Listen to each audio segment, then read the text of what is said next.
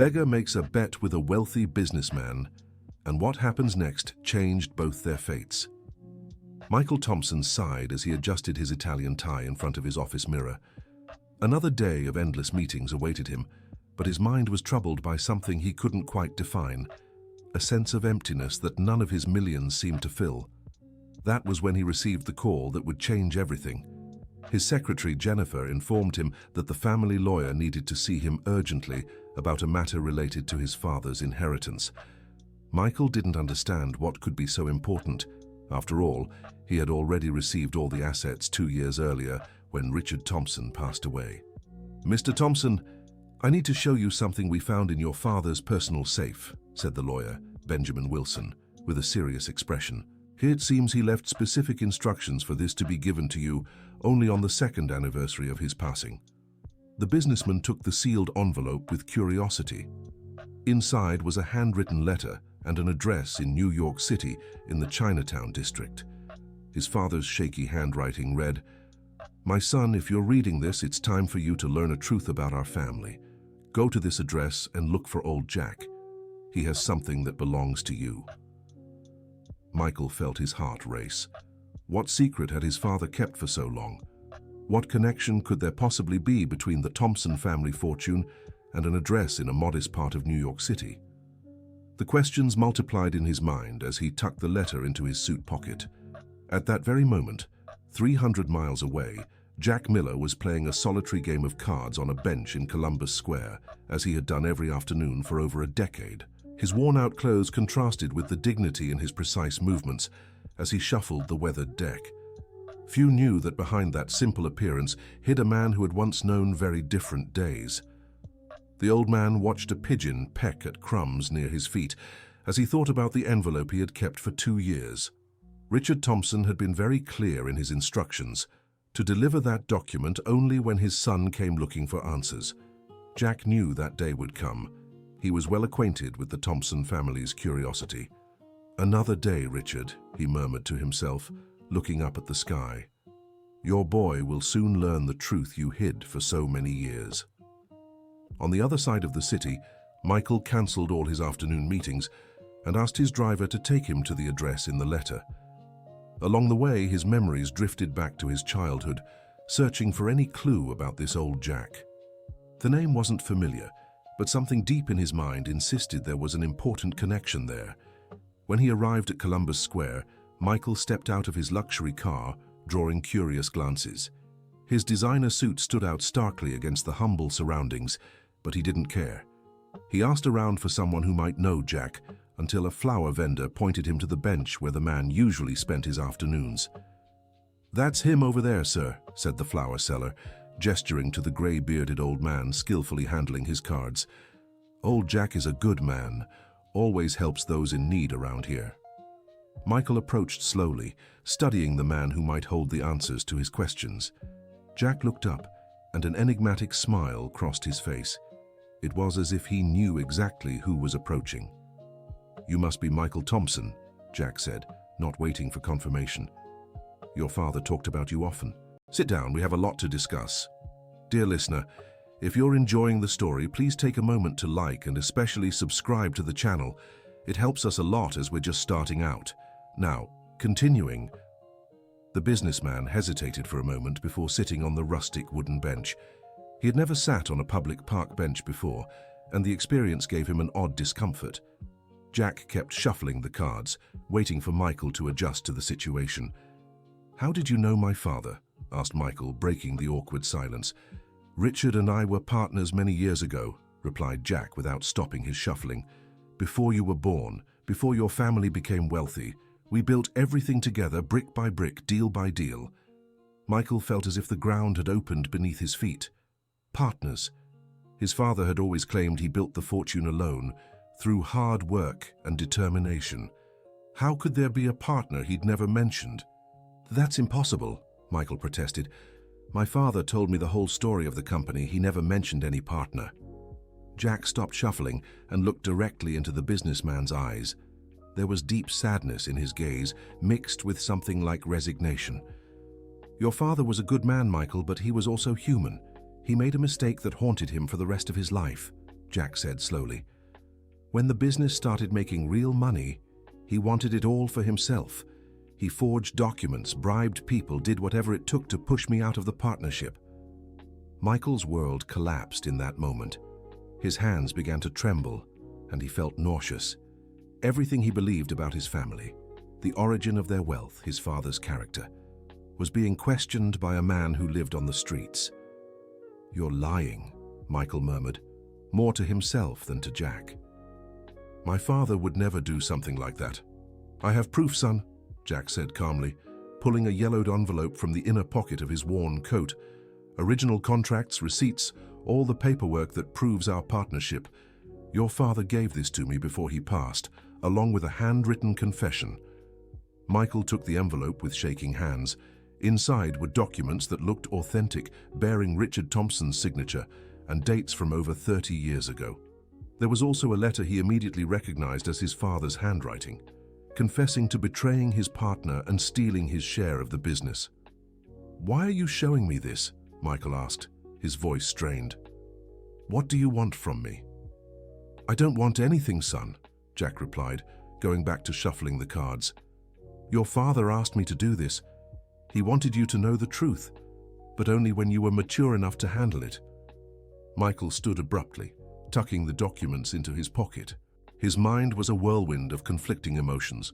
Anger, disappointment, shame, and confusion, all mixed unbearably. He needed time to process everything. "I have to go," Michael said, already stepping away. "I need to verify if these documents are real." "They are, Michael," Jack called after him. "And when you come back, I'll be here. After all, I've got nowhere else to go." In the days that followed, Michael hired the best experts to analyze the documents. Handwriting specialists confirmed the authenticity of his father's signature. Business historians found old records that corroborated the existence of the partnership. Each verification felt like a dagger to Michael's heart. Thompson and Partners, the company his father always claimed to have built alone, had in fact been built in partnership with Jack Miller. The documents showed that Jack had contributed not only with capital, but also with innovative ideas that became the foundation of the company's success. Michael could no longer work normally. He cancelled meetings, avoided social gatherings, and spent hours in the office just staring at the wall. Jennifer, his secretary of over 10 years, noticed the drastic change in her boss's behavior. "Mr. Thompson, are you all right?" Jennifer asked one afternoon when she found him staring out the window for over an hour. "Should I cancel your appointments for the week?" "Jennifer," Michael said without turning around, "do you think I'm a good person?" The question took the secretary by surprise. In all her years working for Michael, he had never asked such personal questions. "Of course, sir. You've always been fair to me and all the employees," she answered sincerely. "Why do you ask?" Michael finally turned, and Jennifer was startled by how worn out he looked. Dark circles framed his eyes, and his usual spark was gone. "What if I found out everything I have was built on a lie? That my father, the man I admired most in the world, was capable of betraying a friend to get rich?" Jennifer stepped closer, concerned by Michael's emotional state. She had never seen him so vulnerable. "Sir, I don't know what you've discovered, but I do know that every person is responsible for their own choices," she said gently. "If your father made mistakes, that doesn't define who you are today." Those words echoed in Michael's mind all night. He knew he needed to go back and talk to Jack, but he didn't know how to face the man his father had wronged. How could he look into the eyes of someone who had lost everything because of the Thompson family's greed? The next day, Michael returned to Columbus Square. Jack was on the same bench playing cards alone as if nothing had happened. When he saw Michael approaching, he gestured for him to sit. "You came back faster than I expected," Jack said without stopping his game. "Did you confirm the documents were real?" "Yes," Michael answered simply. "So now what? What do you expect me to do?" Jack stopped playing and looked at Michael with an expression the businessman couldn't decipher. There was something there, a mix of wisdom and strange serenity. "That's up to you, son," Jack said. "I made peace with the past a long time ago. I don't hold a grudge against your father or you." "How can you not hold a grudge?" Michael burst out. "You lost everything. You're living on the streets because of what my father did." Jack smiled sadly, like someone keeping secrets only time could reveal. "You think I'm here because of the money I lost?" Jack asked. "Son, there are things in life far more valuable than fortune. When your father betrayed me, I lost much more than money. I lost trust in people, in the system, in myself." Michael couldn't understand how Jack could speak so calmly about such a serious betrayal. If it had been him, he would have spent every penny on lawyers to seek justice. "But you could have sued my father. You could have fought for your rights," Michael argued. "And you think I didn't try?" Jack asked with a bitter smile. "Your father was clever, Michael. He surrounded himself with the best lawyers, paid off the right people, made everything look legal. I was just a simple man trying to fight a system that was already bought." The revelation hit Michael like a punch to the gut. His father hadn't just betrayed a partner. He'd used his growing wealth to ensure the betrayal was never uncovered. It was a level of corruption Michael had never imagined existed in his family. "After years trying to prove my side of the story, I gave up," continued Jack. "I spent all the money I had left on lawyers, lost my home. My family abandoned me because they thought I was making up stories to justify my business failures." Michael felt as if every word from Jack was a stone being placed on his chest. The guilt began turning into something physical, a real pain that took over his entire body. "Your wife, your children, did they suffer because of this too?" asked Michael, almost whispering. "My Margaret couldn't bear to see our life fall apart," Jack replied, his voice breaking. "She died of grief a few years later, never believing my version of the story. My son Kevin was ashamed of me, said I was a failure who made up conspiracies to avoid admitting my incompetence." Michael had to hold onto the bench to keep from falling. The weight of that revelation was unbearable. It wasn't just about money, it was entire lives destroyed by his father's greed. "Where is your son now?" Michael asked. "I don't know," Jack answered, wiping away a stubborn tear. "Kevin changed his name, cut all ties with me. I haven't seen him in over 15 years. The silence that followed was heavy and painful. Michael looked at Jack and saw not just a man who had lost money, but someone who had lost everything that truly mattered: family, dignity, purpose in life. "Why did my father keep these documents?" Michael asked. "Why confess everything in a letter?" "Richard came to me 3 years before he passed," Jack said. "He was very sick and tormented by guilt. He said he couldn't live with the weight of what he'd done anymore. He asked for my forgiveness and wanted to return everything to me, but I refused." "You refused? Why?" "Because by then the money wouldn't bring back my Margaret or my son, or the years I lost living in bitterness," Jack explained. "Besides, you weren't to blame for your father's sins. It wouldn't be fair for you to pay for something you didn't do." Michael was struck by the man's strength of character. Even after suffering so much, Jack was capable of forgiveness and still wanted to protect an innocent person. It was a level of nobility Michael doubted he could have matched in the same situation. "Then why did he prepare this revelation for after his passing?" Michael pressed. "Your father wanted you to know the truth, but he also wanted you to have the chance to choose what to do with it," Jack replied. "He knew that if he told you while he was alive, you'd feel obligated to do something for me. This way the choice would be genuinely yours." Michael began to understand the moral complexity of his situation. His father had created an ethical dilemma only he could resolve, free from outside pressures or direct family obligations. "What do you think I should do?" Michael asked. "I can't answer that for you, son," Jack said, shuffling the cards again, "but I can make you an offer." Michael raised his eyebrows, curious. "What kind of offer?" Jack stopped shuffling and looked straight at Michael. There was something different in his eyes, an intensity that hadn't been there before. "Let's play a hand of poker," Jack said. "If you win, I forget all of this and never speak of the past again. If I win, you spend a week living as I live."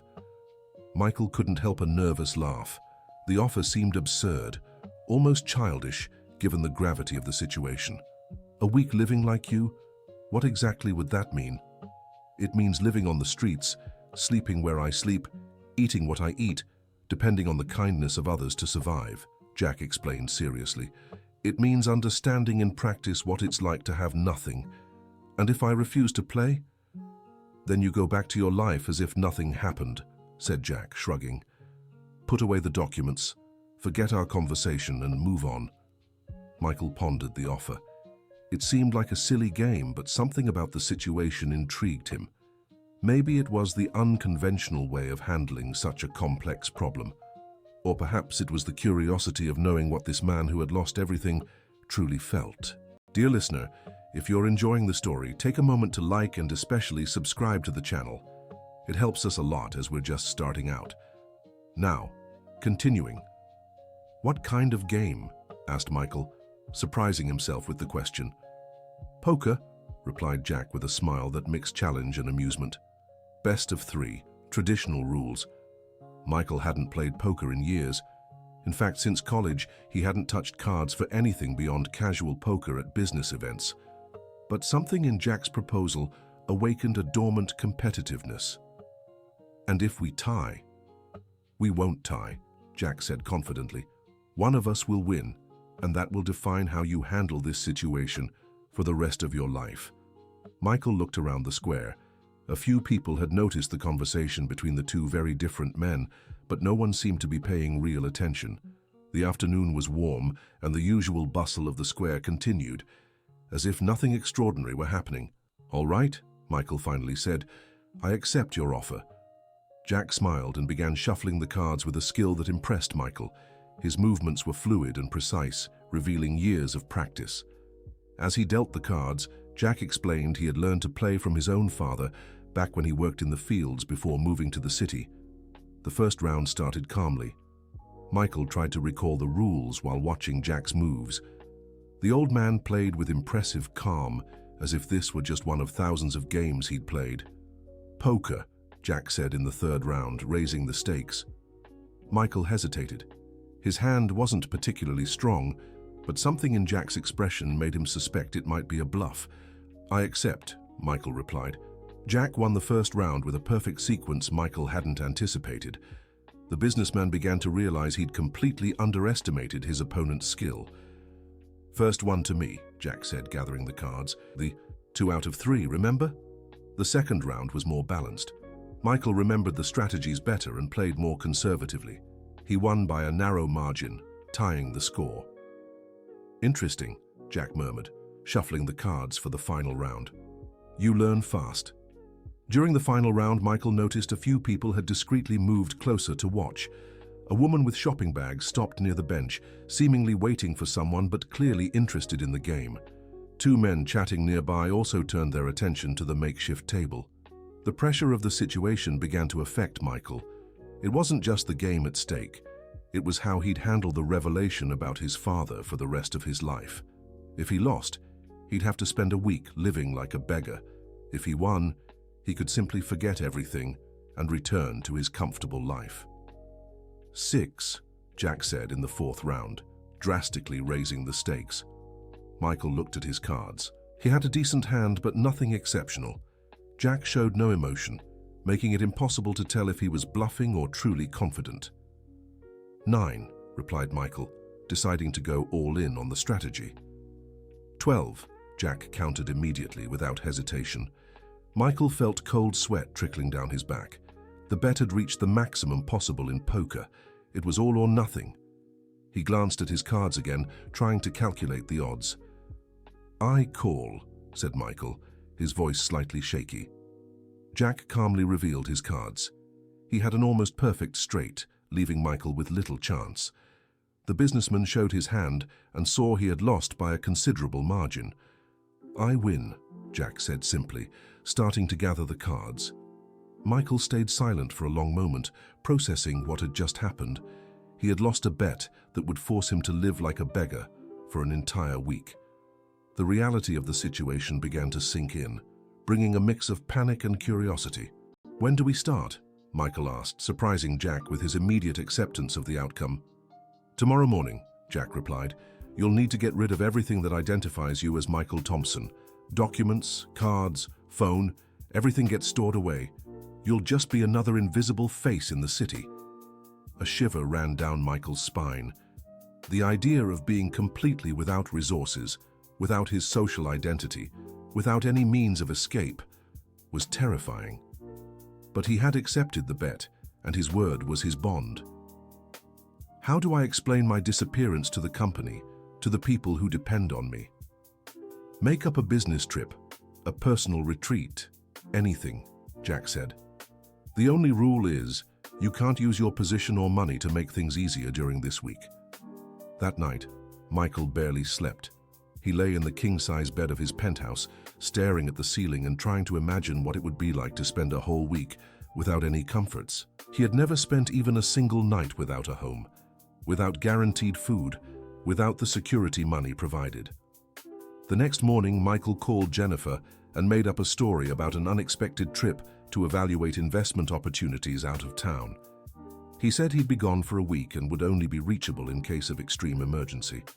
"Mr. Thompson, but you don't have any trips scheduled," Jennifer said, puzzled. "And there's the meeting with the Japanese investors on Thursday." "Reschedule everything," Michael replied. "This trip is personal, very important to me." Jennifer was concerned by her boss's tone, but didn't press further.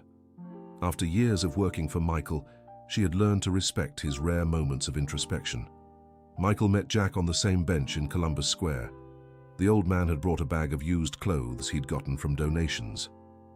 "First lesson," Jack said, handing the bag to Michael. "You need to look like someone who actually lives on the streets. No clean or pressed clothes." Michael took the clothes and caught a whiff of mildew and sweat that nearly made him gag. They were clearly items worn by many people before him, with patches and stains that told stories he'd rather not imagine. "Where do I change?" "Over there, in the public restroom," Jack said, pointing to a small, poorly maintained building at the corner of the square. "And from now on, that's the only kind of restroom you'll be using." The public restroom was worse than Michael had imagined. The smell was unbearable, there was no toilet paper, and the accumulated grime suggested it hadn't been cleaned in days. He breathed through his mouth as he changed, trying not to touch anything unnecessarily. When he stepped out, Jack gave him a critical once-over. "You still look too clean," the old man said. "Let's walk around the city a bit. The sun and dust will help." During their walk, Jack explained the basic rules of survival on the streets: where to find drinking water, which establishments allowed bathroom use, where to get food, how to avoid trouble with other homeless people and local authorities. "The first thing you need to understand," said Jack, "is that you've become invisible. People will look right through you as if you don't exist. That'll be harder to bear than hunger or the cold." Michael didn't quite believe that statement. How could someone become invisible just by changing clothes? But he soon discovered Jack was right. People who would normally greet Michael if they recognized him now averted their eyes or quickened their pace when he approached. The first meal came from a small church that served soup to those in need. Michael felt humiliated standing in line with dozens of others, all with difficult stories written on their faces. "First time?" asked an elderly woman behind him. "How can you tell?" Michael replied. "Your eyes," she said with a sad smile, "they still have hope. That'll fade." Her words left Michael deeply unsettled. The idea that being in desperate circumstances long enough could erase hope from a person's eyes was terrifying. The soup was lukewarm and bland, but Michael was hungry enough not to complain. He watched those around him, noticing most ate in silence, with a haste that suggested they didn't know when their next meal would come. "How do you endure this every day?" Michael asked Jack as they ate. "You get used to anything, son," Jack replied. "People are tougher than they think. But what kills you isn't the physical hardship. It's the loneliness, the feeling that you don't matter to anyone." When night fell, Jack took Michael to an underpass where several people slept on cardboard and torn blankets. The place was damp, noisy from the traffic above, and reeked of urine and garbage. "It's relatively safe here," Jack explained. "Enough foot traffic to discourage attacks, but not so much that it bothers the neighbors." Michael lay on the cardboard Jack had secured, trying to get comfortable. The cold concrete seeped through the thin layer, and the city noises made it impossible to fully relax. Every passing car made the overpass tremble slightly, creating a constant sense of instability. "You can actually sleep here?" Michael asked. "After a few years, you can sleep anywhere," Jack answered. "Your body learns to rest even in tough conditions." Michael spent his first night barely sleeping. Whenever he managed to doze off, some noise startled him awake. Around 4 in the morning, a light rain began, partly soaking his makeshift bed and making the situation even more uncomfortable. By morning, Michael was exhausted and aching all over. His muscles had stiffened from the uncomfortable position and the cold. Jack, however, woke up as if he'd slept in a comfortable bed. "How do you make this look so easy?" Michael asked, trying to stretch his sore back. "Experience," Jack answered simply, "and acceptance. When you stop fighting your situation and accept it as your reality, everything gets easier." The second day began with the search for a place to clean up minimally. Jack took Michael to a public fountain where some homeless people did their morning washing. The water was freezing and there was no soap or towels. "This is it?" Michael asked, watching people wash themselves in the most basic way. "On the streets, you learn to value every drop of clean water," said Jack. "There are places where you can't even find that." During the day, Michael observed how Jack interacted with other people experiencing homelessness. There was an informal network of mutual support where information about food, shelter, and opportunities was shared. Jack was respected in that community, and Michael realized it wasn't just because of how long he'd been on the streets. "Old Jack helped my daughter when she was sick," said a young man who approached them. "He got medicine and stayed up all night taking care of her." "How did you get the medicine?" asked Michael, curious. "I know a nurse who sometimes helps those who can't afford it," Jack explained. "After living on the streets so long, you build connections with people who care about the forgotten ones." Michael began to see that there was an entire parallel society functioning among those the official world had abandoned. There were unwritten rules, codes of honor, and support systems that worked better than many government programs. On the third day, Michael fell ill. The irregular meals and exposure to the elements took their toll. He had a fever and could barely stand. Jack took him to a sheltered spot and managed to get some medicine through his network. "I can't take this anymore," groaned Michael, lying on an old blanket. "How do people live like this for years?" "Because they have no choice," Jack replied, wetting a cloth to place on Michael's forehead. "When you have nowhere to go, you learn to survive where you are." During the fever, Michael had moments of delirium, calling out for his father, asking for explanations about the choices he'd made. Jack cared for him with patience and dedication that deeply moved the businessman. "Why are you doing this for me?" Michael asked when the fever broke. "I'm the son of the man who ruined your life." "You're not your father, Michael," Jack answered. "And besides, taking care of each other is what keeps us human, no matter the past." On the fourth day, Michael began to understand the dynamics of street life better. He woke up early, found clean water at the fountain, and even helped an elderly woman struggling to carry her belongings. For the first time, he felt he was contributing to that community instead of just being a burden. "You're learning," Jack observed, watching Michael share part of his food with a child begging near the church. "Learning what?" "That dignity doesn't depend on what you have, but on how you treat others," Jack said. "Your father forgot that when he chose wealth over friendship." That night, Michael joined a spontaneous gathering among the homeless. Each person shared a bit of their story, and Michael was struck by the variety of backgrounds and reasons that had led them there. "I was a college professor," said a middle-aged man. "Lost everything gambling and my family kicked me out." "I took care of my sick mother and lost my job," a young woman shared. "When she died, I couldn't pay rent and ended up on the streets." Every story was unique, but they all had one thing in common: a turning point where life took an unexpected and irreversible turn. Michael realized how easy it was to judge these people without knowing their circumstances. Dear listener, if you're enjoying the story, please take a moment to like and subscribe to the channel. It helps us a lot as we're just starting out. Now, continuing. On the fifth day, Michael had an important revelation. He was helping distribute food at a charity event when he recognized one of the people in line. It was Robert, a former employee of his company who had been laid off 2 years earlier due to staff cuts. "Robert?" said Michael, unable to believe his eyes. The former employee looked up and took a moment to recognize Michael beneath his homeless appearance. "Mr. Thompson, what are you doing here?" Michael didn't know how to explain the situation. He made up a story about helping with research on homelessness, but he could see Robert wasn't entirely convinced. "After I lost my job at your company, I couldn't find another," Robert shared. "I'm 55, and no one wants to hire someone my age.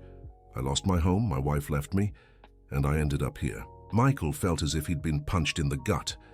Robert had been a competent and dedicated employee who had worked at the company for over 10 years. His dismissal had been purely financial, with no regard for the human impact. "Robert, I didn't know you were going through this," Michael stammered. "How would you, Mr. Thompson?" Robert replied bitterly. "People like us become invisible once we lose our economic value." That conversation haunted Michael for the rest of the day. He realized his business decisions had real consequences for people's lives, consequences he had never stopped to consider. Robert was just one example of how many lives had been affected by his cold, calculated corporate choices. That night, Michael talked at length with old Jack about social responsibility and the consequences of business decisions. "Your father didn't think about the consequences of his actions either," Jack said. "He was so focused on accumulating wealth that he lost sight of the human impact of his choices." "How can I be different?" Michael asked. "How can I make business decisions without harming innocent people?" "Start by seeing people as people, not as numbers on a spreadsheet," Jack replied. "Every decision you make affects real lives, with real stories, real families." By the 6th day, Michael had grown more accustomed to life on the streets. He knew where to find food, water, and shelter. He had formed bonds with others in the community and was beginning to understand the complexity of the social issues he had once only seen through statistics. That day, he witnessed something that left a deep mark on him. An entire family, father, mother, and 2 young children, arrived at the square, clearly experiencing homelessness for the first time. They were frightened, disoriented, and the children were crying from hunger and cold. Michael watched as old Jack approached them and offered help. The old man shared his food, found blankets for the children, and spent hours teaching the father where to find basic resources for survival. "Why did you do that?" Michael asked later. "You barely have enough to eat yourself." "Because we've all been that family at some point," Jack answered. "The first day on the street is the hardest. If no one helps, many don't survive the initial despair." Michael kept watching the family that night. The children had finally fallen asleep, nestled between their parents on the cardboard Jack had secured. The scene was both touching and devastating. "How does an entire family end up like this?" Michael asked. "Many ways," Jack replied. "Unemployment, illness, debt, eviction, domestic violence, addiction. Sometimes it's a combination of factors that create an unstoppable downward spiral." Michael thought about his own privileged life, how he had never had to worry about basic needs like food, shelter, or safety. For the first time, he truly understood how fragile the line was between a stable life and complete social vulnerability. On the 7th and final day, Michael woke up with a strange feeling. On one hand, he was eager to return to his normal life. On the other, he knew he would never be the same person who had accepted that bet a week earlier. "How do you feel?" asked Jack, noticing Michael's thoughtful expression. "Different," Michael answered honestly. "I can't explain exactly how, but I know I can't live the way I did before." "That's how real change begins," Jack said with a smile. "When you realize you can't pretend not to know what you know." During his last day, Michael visited all the places where he had spent the week. The fountain where he washed, the church where he ate, the underpass where he slept. Each spot now held a special meaning, filled with memories and lessons he would carry forever. In the afternoon, he met Robert again, his former employee. This time, Michael found the courage to address the situation more directly. "Robert, when I return to the company, I'd like you to come back and work with us," Michael said. Robert looked skeptical, as if he couldn't believe what he was hearing. "Mr. Thompson, I know you're trying to be kind, but you don't have to pretend you'll help me," Robert replied. "People like me don't matter to people like you." "You're wrong, Robert," Michael said firmly. "People like you are exactly the ones who matter most, and I'll prove it." That night, Michael said goodbye to everyone he had met during the week. Each farewell was emotional, knowing he might never see many of those faces again, but their stories would stay etched in his memory forever. "Thank you," Michael told Jack when it was time to reclaim his clothes and identity. For what? For giving me the chance to discover who I really am, Michael replied. And for showing me who I can become. Jack smiled and handed Michael a small rusty key. What's this? The key to the safe where your father kept important documents, Jack said. There's something in there you need to see. Michael took the key with curiosity. What other secret had his father left behind? What revelation still awaited him after a week that had already completely changed his outlook on life? The next day, Michael returned to his apartment and took the longest, hottest shower of his life. He put on clean clothes, ate a full meal, and slept in his soft bed. But none of it brought the satisfaction he expected. Instead, he felt uneasy with so much luxury after a week of hardship. At the office, Jennifer immediately noticed the change in Michael's behavior. "Mr. Thompson, how was your trip? You seem different," she said. "It was very eye-opening, Jennifer," Michael replied. "And we're going to make some important changes in the company." The first change was calling Robert to officially rehire him, this time in an even better position than the one he had lost. Michael also implemented a more humane layoff policy, including psychological support and career guidance for dismissed employees. But the biggest change would come when Michael used the key Jack had given him. In his father's personal safe, he found a document that would completely alter his understanding of the situation. It was a power of attorney, granting Jack Miller authority to manage 50% of all the Thompson family businesses. The document was dated 3 days before Richard Thompson's death and had been notarized. Michael rushed to Columbus Square to show the document to Jack. The old man looked at the paper and smiled sadly. "Your father came to me 3 days before he passed and had this drawn up," Jack said, "but I never used it, and I never will." "Why not?" "This means you have a legal right to half of everything," Michael said, agitated. "Because I've already said I don't want the money, Michael," replied Jack calmly. "But there's something I do want, and only you can give it to me." "What?" "I want you to use this past week with me to become the man your father would have wanted you to be," said Jack. "I want you to use your wealth to help people like the ones you met this week." Michael understood exactly what Jack was asking. It wasn't revenge, it wasn't financial compensation. It was redemption. It was the chance to turn the Thompson family's guilt into a force for good. "And if I do this, will you at least let me help you find your son?" asked Michael. Jack hesitated for a long moment. The pain of being separated from Kevin was still visible in his eyes, even after all these years. "If you can find him, and if he wants to see me, I'd like that very much," admitted Jack, his voice trembling. Michael hired the best private investigators in the country to locate Kevin Miller. After 2 weeks of searching, they discovered he had changed his name to Kevin Thompson and become a small business owner in Boston. The irony of him adopting the Thompson surname wasn't lost on Michael. When Michael finally met Kevin, their conversation was difficult and emotional.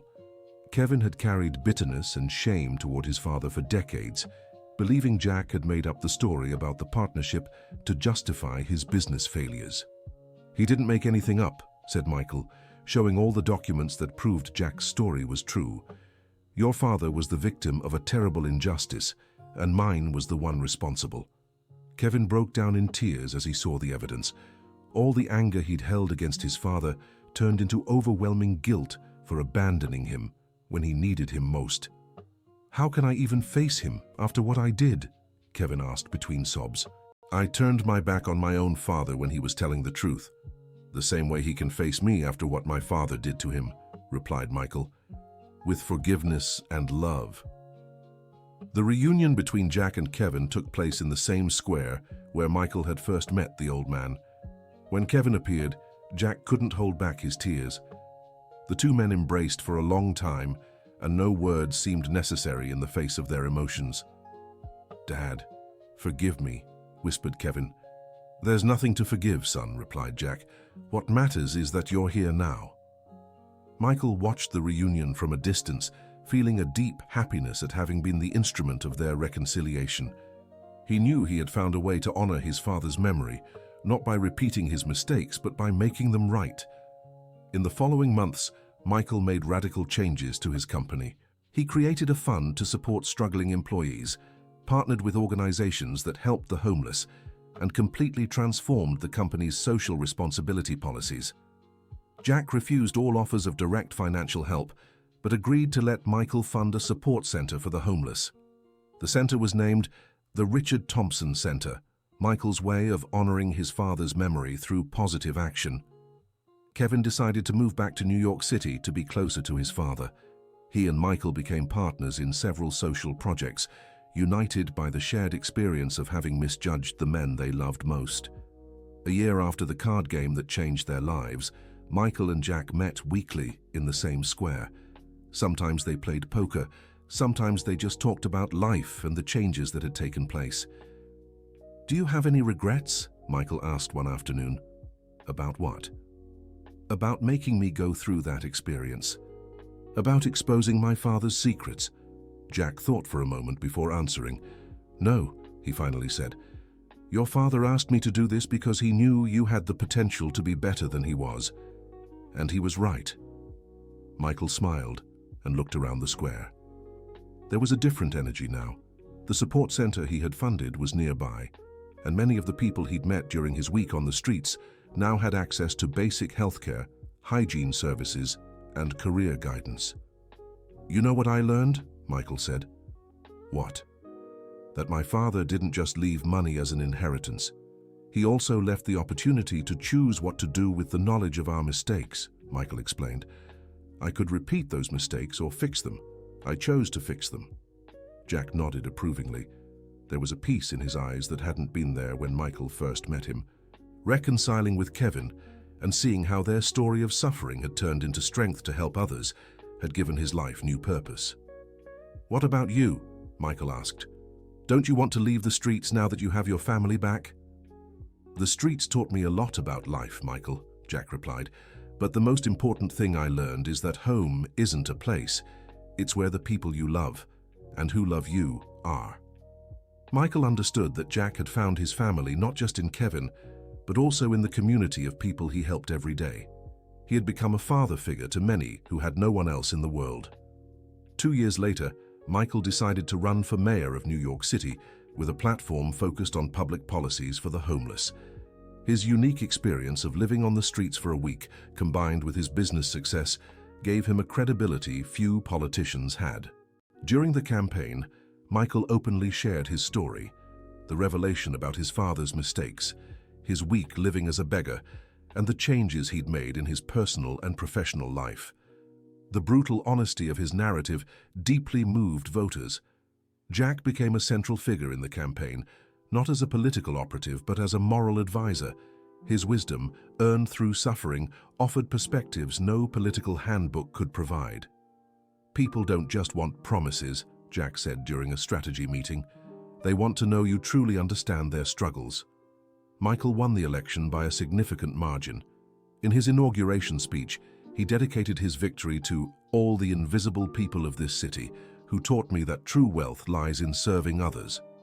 As mayor, he implemented innovative policies for the homeless, creating comprehensive care centers, job training programs, and a transitional housing system to help people leave the streets sustainably.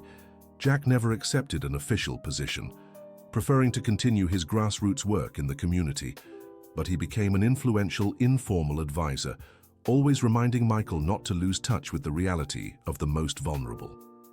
Kevin founded an NGO that partnered with the city government, focused on reuniting families separated by economic hardship. His own reunion with his father served as inspiration for other families torn apart by prejudice or misunderstandings.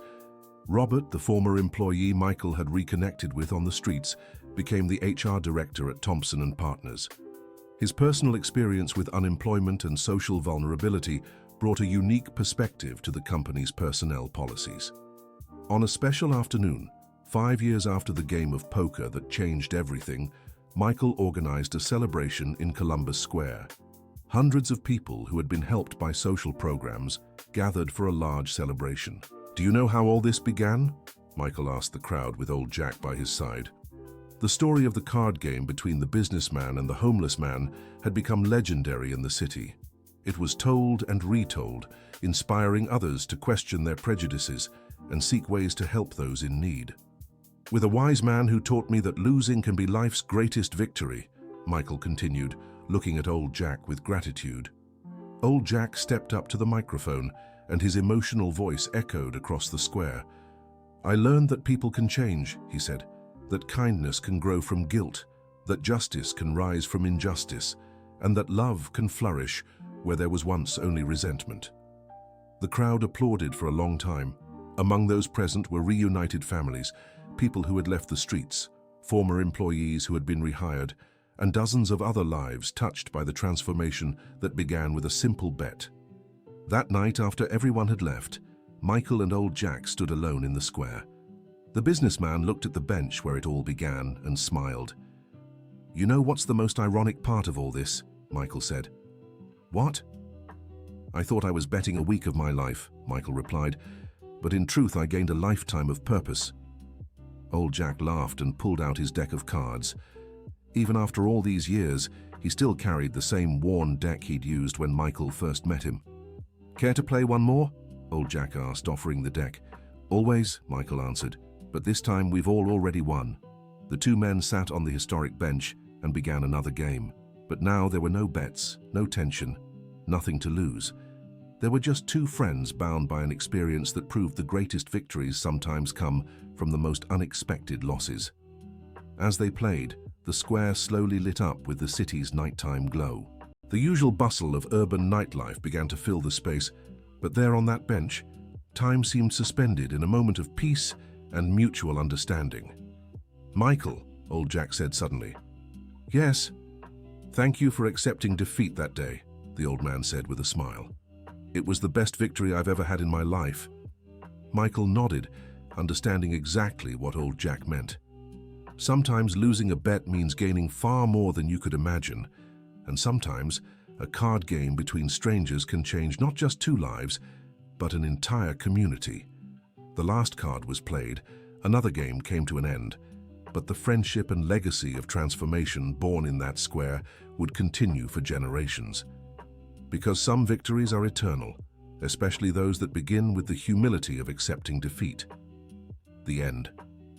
Now, tell us what you thought of this transformative story.